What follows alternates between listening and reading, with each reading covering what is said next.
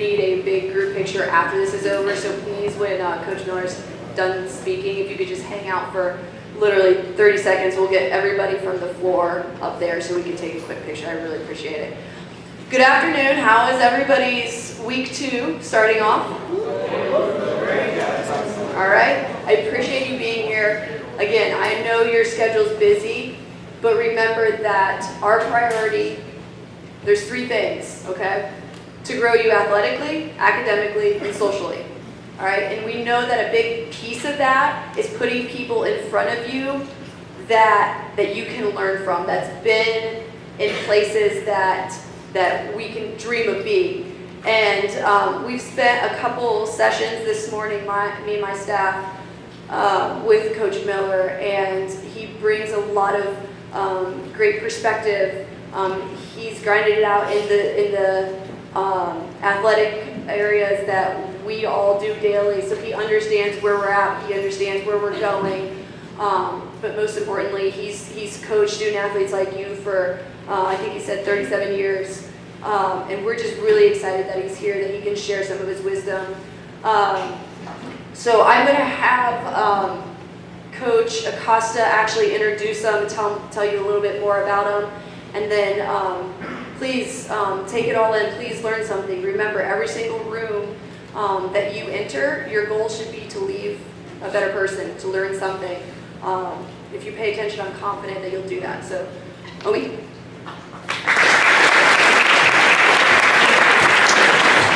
How you guys doing? Good. I can't hear you. How you guys doing? Good. Alright, that's a little better. But I'm gonna introduce you a little bit to Coach Jim Miller. He's a guy that did. He's one of the best wrestling coaches in the country. Not just because he has won 10 NCAA titles, but because he has graduated over 250 student athletes. You know what I mean? That's big. He has coached 148 All-Americans. He's a big mentor to my wrestling coach at Grandview University, Nick Mitchell, and he's also a big mentor to one of the coaches that I coach under for at the Coast Guard Academy. He has a system that has worked at Wartburg, is obviously working at Grandview, and he's working at Coast Guard Academy, and he came here a long way to share his experience and to talk to you guys about how to be a student athlete. You know, I could think about back in the day when I was a student athlete, just like you guys, and I could hear, you know, his speeches talking about, you know, do it anyway and things like that. So give him a big applause, and he's the freaking man.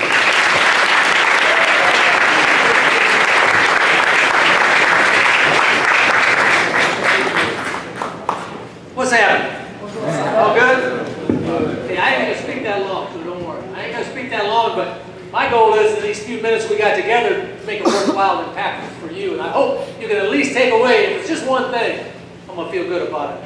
You know, I've coached 37 years, 30 at the college level, and Wartburg College is a college in Iowa very similar to life.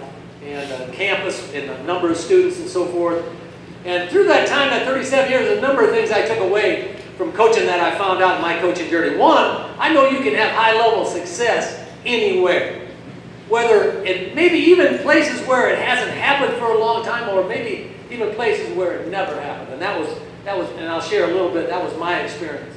I also know how you think has everything to do with how you perform and what you attain in your athletic career. My teams, we won a lot, all right?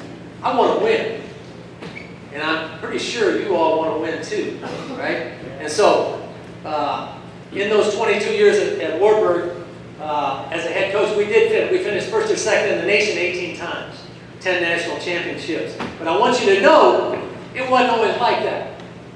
When I first got there, we had not won a conference title in 15 years. We had not won a national title in anything in the history of the college. And matter of fact, at my interview, I was asked, "Hey, coach, what's your goals?"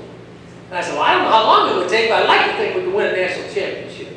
And that answer didn't go over very well because actually we broke for lunch 10 minutes later. One of the guys in the search committee came out and said, "Hey, coach, we just don't do that.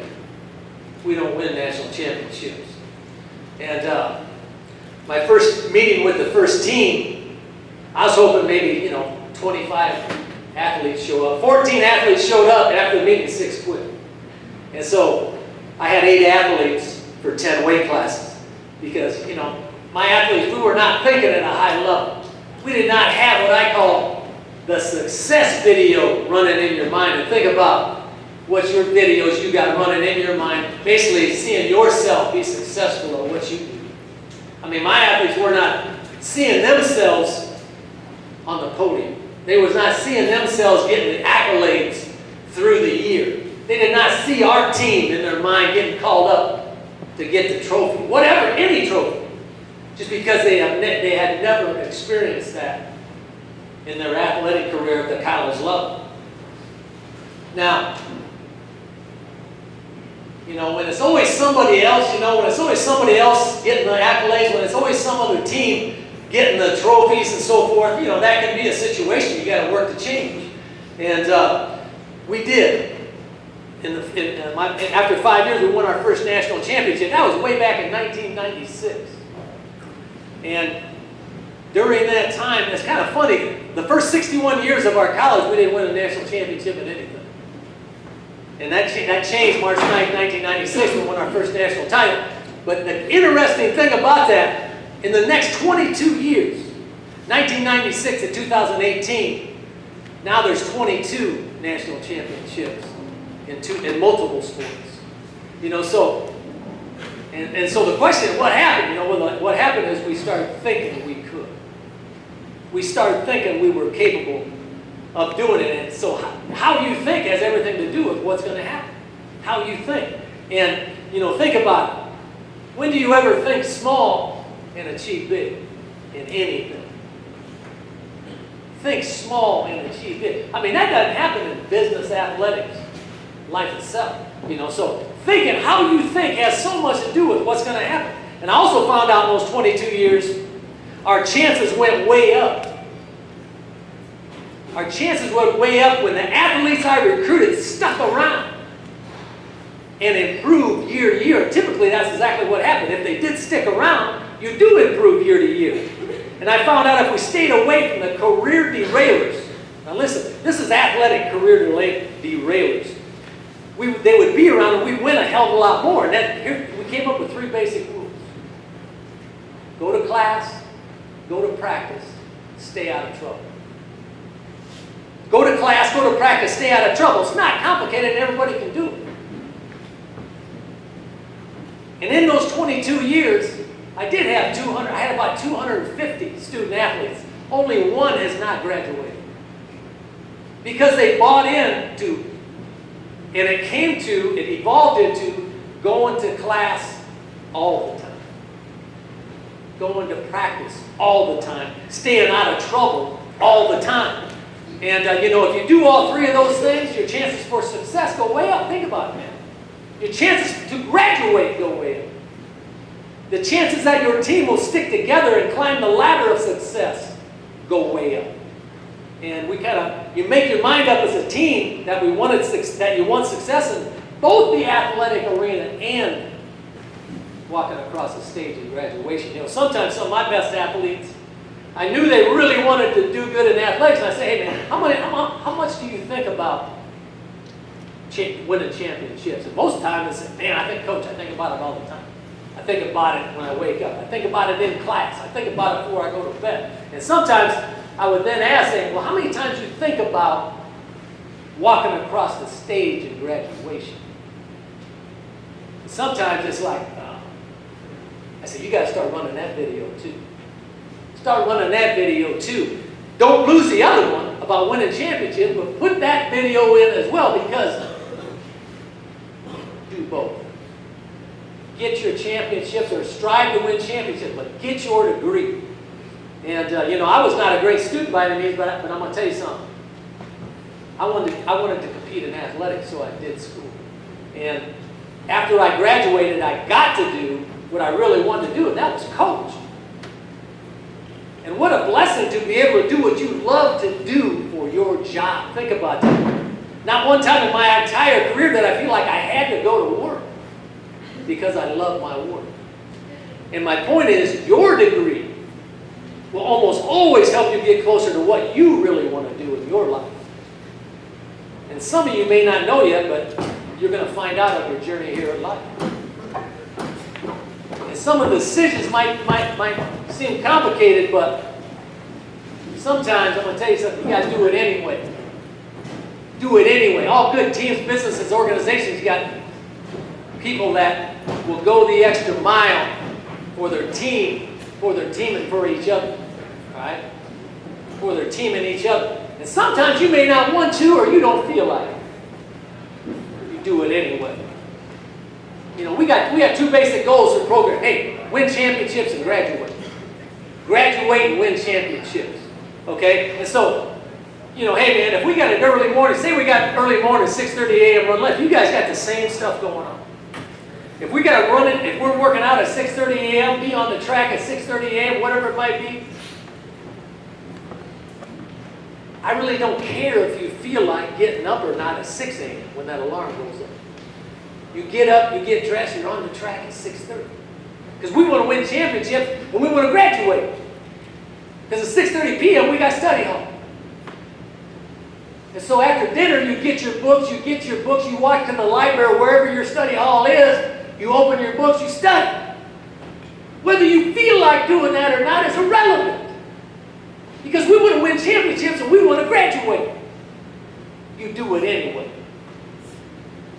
And so no matter what has happened in your past, establish your success habits. Go to class, go to practice, stay out of trouble. And if it's important to your success, go do what needs to be done to get your success. You do it anyway. All right? And so, think about what success habits you need to establish to get better, to have a chance to get what you want. And I'm going to close with this. Almost done. But listen, man, I'm going to give you 4 pieces of advice that I share with all our student athletes each year. And I think it has made a difference. Number 1 is show up and care. It's not complicated. Show up and care. Show up and care at practice. Show up and care when you get to the classroom. Show up and care for your friends and teammates. And that alone will help you improve as a student athlete. And will help your team. Show up and care. 2, put your head down and work day to day. And not just the days you feel like it. Just make day-to-day work a part of who you are. Make that just, when your coach knows, hey, this is what we got done to work, they know you will be there. Your teammates know you will be there. Show up and care. Put your head down and work. And number 3 is dare to think and dream bigger than you are right now. Most of the limits we have are self-imposed limits we put on ourselves. Think bigger than you are right now. Show up and care, put your head down and work, dare to dream and think bigger. And the last one is, don't let anybody tell you you can't. Don't let anybody tell you you can't get what you want. They don't get to decide that. You do. Thanks for listening.